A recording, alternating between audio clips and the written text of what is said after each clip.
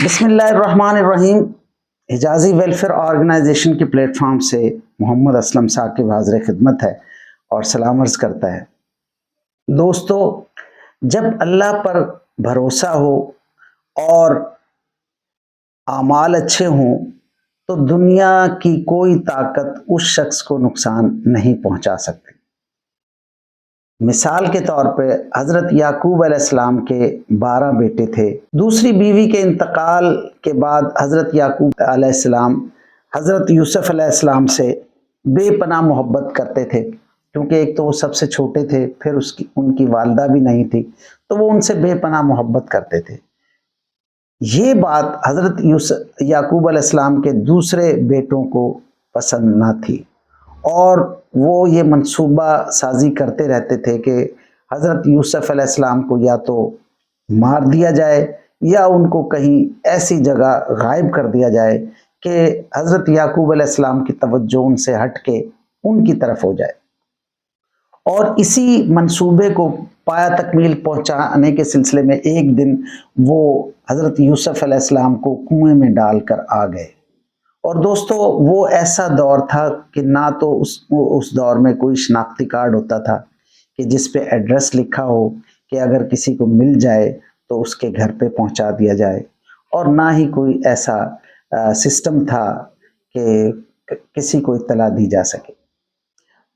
خیر، حضرت یوسف علیہ السلام کی اللہ نے نگہبانی کی، ان کو بچایا اور ان کو عزیز مصر کے گھر پہنچا دیا۔ دوستو، وہ وہاں پر پلتے رہے، بڑے ہوئے، جوان ہوئے، اور ایک دن عزیز مصر کی بی بی زلیخا نے ان پر اچھی نگاہ نہیں رکھتی تھی، ان سے محبت کرتی تھی اور ان کو دعوت گناہ دینا چاہتی تھی۔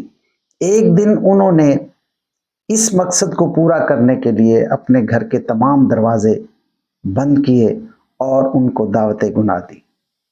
لیکن حضرت یوسف علیہ السلام اللہ پر بھروسہ رکھتے تھے اور شریف النفس انسان تھے، اور ان کے اعمال بھی انہوں نے اچھے رکھے ہوئے تھے، لہٰذا انہوں نے اللہ سے ڈرتے ہوئے اور اللہ سے دعا کی، اور اللہ پر بھروسہ تھا تو اس کمرے کے تمام دروازے جو ہے کھل گئے، وہ جس طرف گئے ہیں دروازہ کھلتا گیا۔ تو دوستو، اس وقت بھی اللہ تعالیٰ نے ان کا ساتھ دیا، اور پھر کیونکہ حاکم وقت کی زوجہ تھی تو ان کے کہنے پر ان پر الزام لگایا گیا اور ان کو قید کر دیا گیا۔ لیکن وہ پھر بھی اللہ سے شکوہ نہیں کیا، اور انہوں نے اللہ پہ بھروسہ کرتے ہوئے وہ جیل میں چلے گئے۔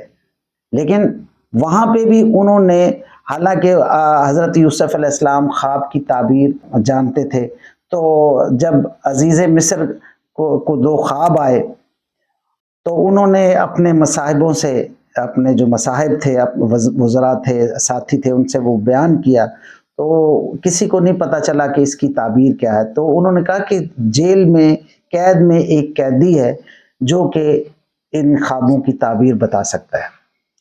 تو جب ان سے 2 قیدیوں نے حضرت یوسف علیہ السلام کو وہ خواب سنائے تو انہوں نے ان کی تعبیر بتائی۔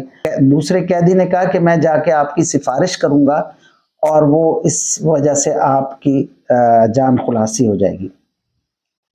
لیکن وہ قیدی نے خواب کی تعبیر تو بتا دی، لیکن وہ بات بھول گیا کہ یہ تعبیر کس نے بتائی۔ بہرحال وہ اللہ پر بھروسہ رکھتے تھے، لہٰذا ایک دن آیا کہ ان کی بے گناہی ثابت ہوئی اور وہ جیل سے رہا ہوئے۔ تو دوستو، جب انسان کے اعمال اچھے ہوتے ہیں تو لوگ خود بخود ان کو نقصان پہنچانے سے گریز کرتے ہیں۔ حضرت یوسف علیہ السلام کے بھائی جنہوں نے ان کو نقصان پہنچانے کی کوشش کی تھی، لیکن وہ اس کو نقصان نہیں پہنچا سکے، اللہ تعالیٰ نے ان کو بچایا، اللہ تعالیٰ نے ان کی حفاظت فرمائی اور ان کو ایک دن مصر کا امیر بنا دیا۔ اور وہی لوگ جو ان سے نفرت کرتے تھے، جو ان سے حسد کرتے تھے، جو یہ چاہتے تھے کہ یہ کہیں دور چلا جائے، یہ تو اس قابل ہونا ہی نہیں چاہیے، اس کو اتنی محبت نہیں ملنی چاہیے، اس کو اتنی عزت نہیں ملنی چاہیے، لیکن وہ چونکہ اللہ پر بھروسہ رکھتے تھے اور اعمال اچھے رکھے ہوئے تھے، ایک دن ان کو وہ عزت ملی کہ وہی بھائی جو ان سے حسد کرتے تھے ان کے آگے آ کھڑے ہوئے اور ان سے معافیاں مانگنے لگے۔ تو دوستو، آج کا پیغام بھی یہی ہے کہ ہمیں اللہ پر بھروسہ رکھنا چاہیے اور اپنے اعمال پر نظر رکھنی چاہیے کہ ہمارے اعمال خراب نہ ہوں، ہم کسی کو نقصان نہ پہنچائیں، ہم کسی سے نفرت نہ کریں، تبھی اللہ تعالی ہماری حفاظت بھی فرمائے گا اور ہمیں دنیا کی کوئی طاقت نقصان نہیں پہنچا سکتی۔ جزاک اللہ خیر۔